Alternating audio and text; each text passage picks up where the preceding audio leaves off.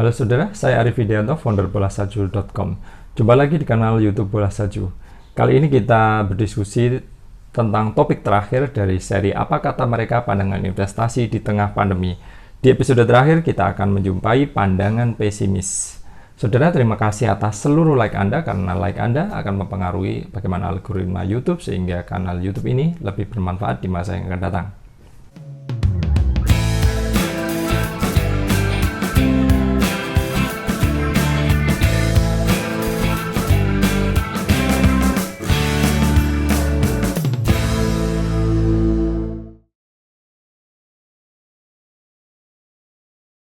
Saudara, berikut ini Anda akan mengikuti beberapa pandangan pesimis dari beberapa ekonom atau tokoh dunia yang terkenal. Pandangan pertama misalnya diungkap oleh Ray Dalio yang mengatakan bahwa ini mendekati Great Depression. Berikut videonya. From a practical level, do you think that we're headed into a global depression? Yes, but I want to be careful about what I use the word, like to be Right, technical. absolutely. The word is an evocative word, and Sure. it can be scary and so on. Saudara investor, berikut adalah beberapa pandangan pesimis yang berhasil kami kumpulkan dari beberapa sumber dari beberapa pendapat ekonom dunia yang terkenal. Dilaporkan CNBC dan dimuat ulang oleh Business Insider. Ini Muhammad L. Erian, seorang ekonom, penulis buku When Markets Collide, merekomendasikan agar investor menghindari pembelian yang menurun. Perlambatan dalam ekonomi bahkan dapat memperkuat deglobalisasi, kata L. Erian, karena perusahaan-perusahaan dengan rantai pasukan yang kompleks ingin melindungi diri mereka dari bencana serupa, katanya. Kemudian pendapat kedua, terbit pada 2 Maret 2020 yang lalu. Ini adalah pendapat Nuril Rubini atau yang sering terkenal disebut sebagai Dr. Doom. Menurut Rubini, dia berkata ekuitas global turun 30% hingga 40%, kata profesor di Stern School of Business Universitas New York ini kepada sebuah koran di Jerman. Rubini menyarankan investor untuk memegang uang tunai dan obligasi pemerintah. Katanya, Anda harus melindungi uang Anda dari kerusakan. Saudara, ini pendapat 2 Maret, prediksinya 30 hingga 40% ternyata terbukti. Pertengahan Maret, saham-saham global dunia termasuk Indonesia sudah turun parah, menyentuh atau lebih dari 35%, meskipun pada akhir Maret dan juga April yang lalu sudah menunjukkan perbaikan yang cukup ya. Kemudian 24 Maret, Rubini juga menerbitkan opini baru yang terbit di Project Syndicate. Judulnya A Great Depression? Tanda tanya. Kata Rubini, ekonomi di masa dalam jangka pendek dalam masa depresi ini tidak berseperti U, tidak seperti V, juga tidak seperti L. Alih-alih ini akan terlihat seperti I, garis vertikal yang mewakili pasar keuangan dan ekonomi real anjlok. Wah, serem sekali ya, kalau I kan sudah gini, nggak ada harapan ke gini lagi. Pandangan berikutnya dari Greg Dacko, US Economist at Oxford Economics ya. 21 Maret terbit pada 21 Maret 2020 yang lalu. Greg Dacko, kepala ekonom Amerika Serikat di Oxford, mengatakan ekonomi dipastikan ya, katanya seperti itu, mengalami resesi setidaknya 2 kuartal berturut-turut dari penurunan ekonomi dengan output 0,4% pada kuartal pertama dan 12% pada kuartal kedua. Dan pandangan terakhir, ini tidak berhubungan dengan ekonomi tetapi seputar virus ini sendiri. Menurut WHO, saudara, virus corona tidak akan pernah hilang, katanya. Pandangan ini terbit pada 14 Mei 2002 yang lalu. Kita mungkin memiliki virus baru yang memasuki populasi manusia untuk pertama kalinya, dan oleh karena itu sulit untuk diprediksi kapan kita akan mengatasinya, kata Michael Ryan, Direktur Kedaruratan WHO, seperti dikutip Channel News Asia Kamis 14 Mei 2020 yang lalu. Virus ini, katanya, mungkin hanya menjadi virus endemik di komunitas kita dan mungkin tidak akan pernah hilang.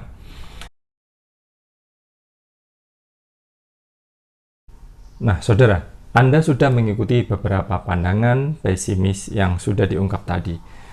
Sebelumnya, sebagai pengingat, kita juga sudah memuat beberapa pandangan lain, seperti pandangan Monish Pabrai yang sangat optimis dengan argumen bahwa manusia ini makhluk cerdas, manusia ini bisa beradaptasi, dalam tatanan individu, masyarakat, dan juga pemerintah. Kita akan beradaptasi, kita akan membuat keputusan-keputusan yang penting untuk menyelamatkan diri kita semua, karena kita tidak ingin menyerah, kita tidak ingin secara mudah menyerah dengan wabah ini.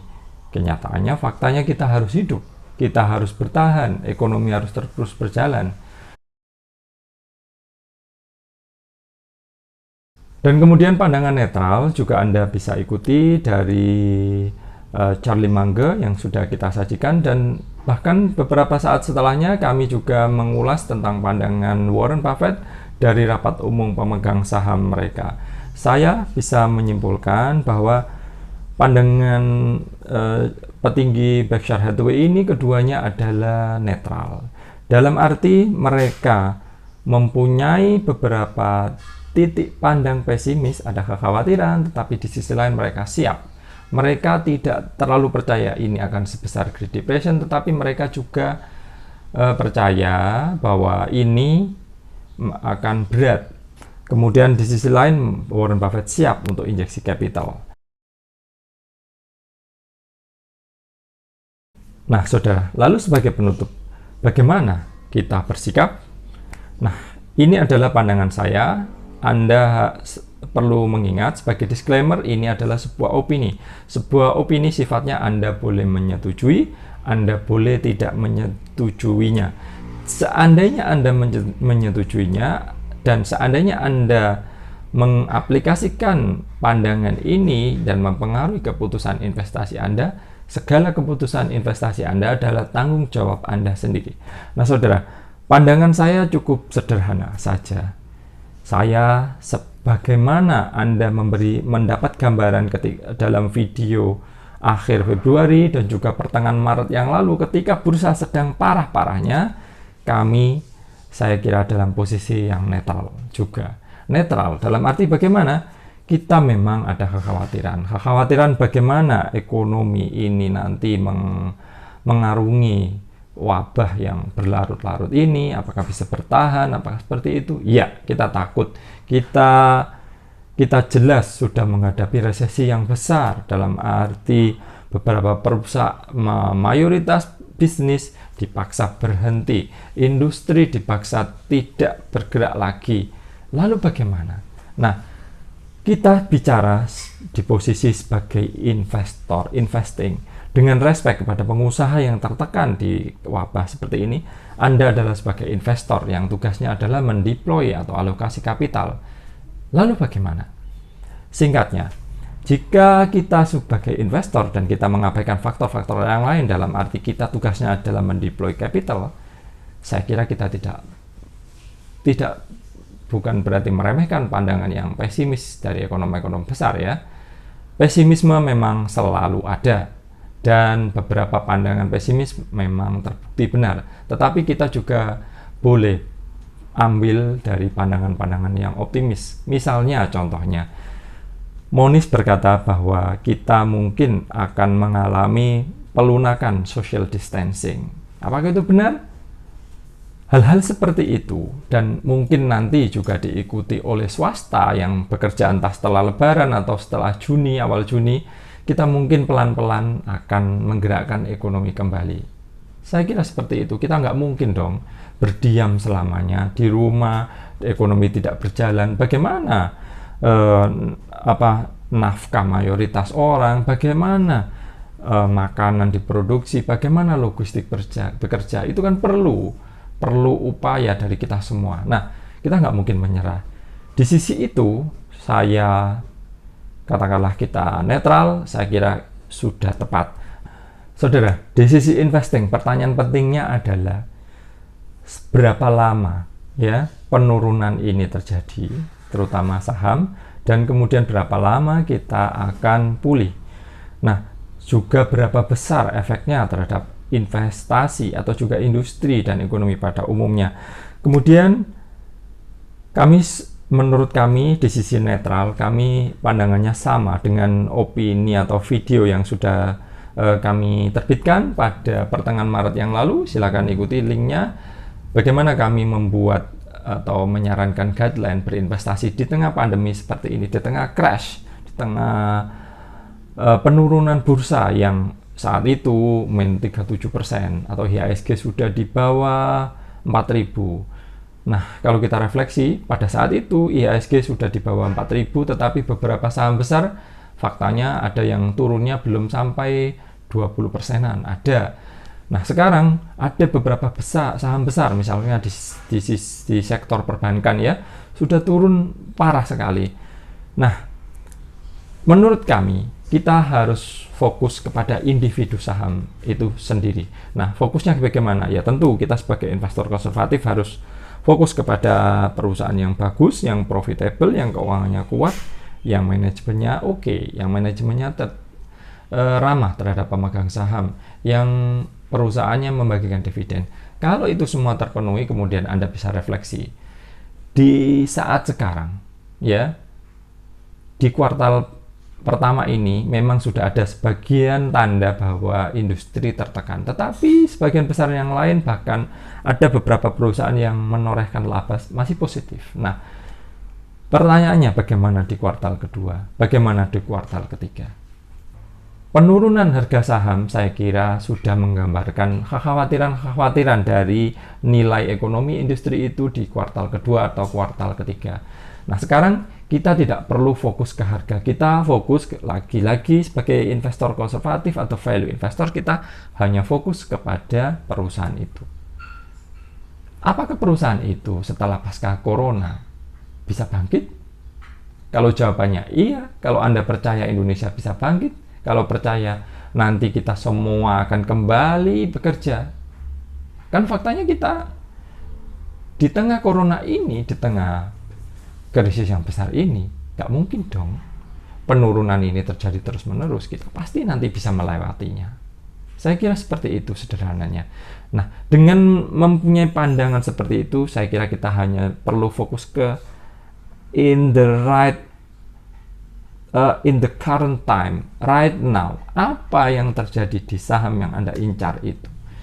Katakanlah, jika saham itu sudah minus 37,5%, Anda sudah bisa berharap minus 375% dari titik yang Anda kira layak untuk kembali lagi, seperti itu ya.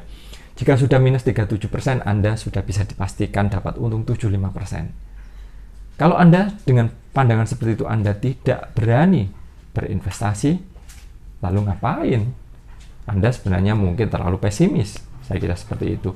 Itu fakta. Dan bagaimana nanti kalau turun lagi, Pak? Kalau turun lebih besar lagi, min 50%. Kalau min 50%, jika sahamnya kembali ke titik semula yang Anda percayai setelah ekonomi membaik, Anda sudah bisa memperoleh 100%. Kenapa pusing? Seperti itu. Jadi kita hanya fokus ke opportunity yang ada. Karena saham faktanya ya, ketika pertengahan Maret yang lalu sudah minus 37%, ternyata sempat untung minusnya kembali ke min 20%. Lalu di akhir atau pertengahan Mei ini sempat turun lagi. Karena kita investor konservatif yang hanya fokus ke jangka panjang, kita rasanya nggak ideal hanya fokus ke fluktuasi itu belaka. Kalau memang Anda yang berargumen kita sebaiknya keluar lalu bisa masuk lagi, is okay, tetapi saya lebih nyaman tidak untuk menebak waktu, karena faktanya ya, bukan berarti ini membenarkan, tetapi fakta nanti akan terjadi itu seperti ini. Prediksi saya seperti ini. Jika Anda keluar katakanlah minus 10% atau minus 15%, tetapi Anda bisa masuk di posisi yang sama at least, ya Anda nggak ada untung sama sekali. Seperti itu.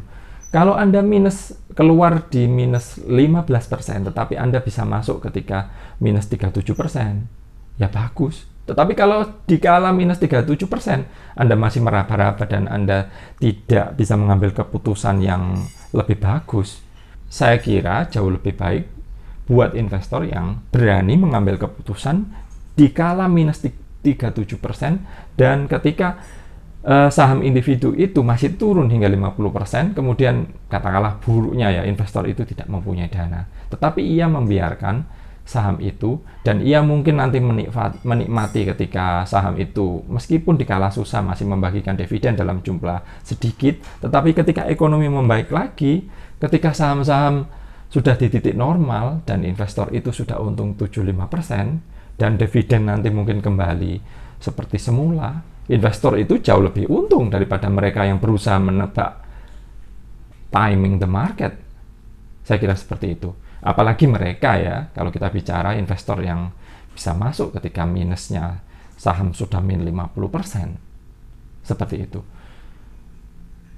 Saya kira di titik itu kita di posisi netral, kita mempunyai kekhawatiran, tetapi value investor pada umumnya kan seperti itu, netral. Dalam arti kita mengejar greed, ada greed, tetapi kita menjaganya agar balance, karena di sisi lain kita juga pesimis, kita juga khawatir.